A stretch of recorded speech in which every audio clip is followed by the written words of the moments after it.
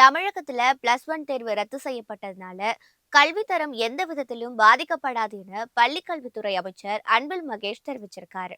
சென்னையில் செய்தியாளர்களுக்கு பேட்டியளித்த அவரு, தமிழக பள்ளிகளில் ஆண்டு முழுவதும் பல்வேறு பகுப்பாய்வு தேர்வுகள் நடத்தப்படுதுன்னும், மனரீதியாக இது பாதிப்பை ஏற்படுத்துவதனால +1 வகுப்புக்கு பொது தேர்வு தேவைப்படவில்லை எனவும் கூறியிருக்காரு. 10, 11, 12 தொடர்ந்து 3 ஆண்டுகளும் பொது தேர்வு நடத்தப்படுவதால் மாணவர்கள் மன அழுத்தத்துக்கு ஆளாகிறாங்கன்னு அவர் சுட்டிக்காட்டியிருக்காரு.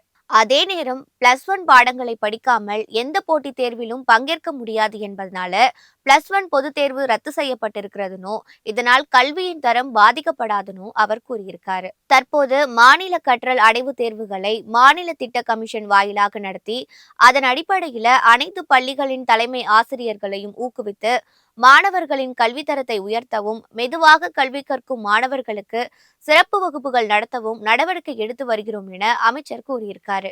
யுனெஸ்கோ அமைப்பால் கண்டிக்கப்பட்ட ஏசர் என்ற அறிக்கையை வைத்துக்கொண்டு ஆளுநர் ரவி தமிழக மாணவர்களின் கல்வித்தரம் குறித்து தொடர்ந்து குறை கூறி வருகிறார் என அமைச்சர் குற்றம் சாட்டியிருக்காரு. எங்கிருந்தோ வந்து தமிழக அரசின் நிதியில் வசதிகளை அனுபவித்துக் கொண்டு அவர் வன்மமாக பேசுவதால் இங்குள்ள ஆசிரியர்களும் மாணவர்களும் மனரீதியாக பாதிக்கப்படுகின்றனர் என அமைச்சர் அன்பில் மகேஷ் தெரிவிச்சிருக்காரு.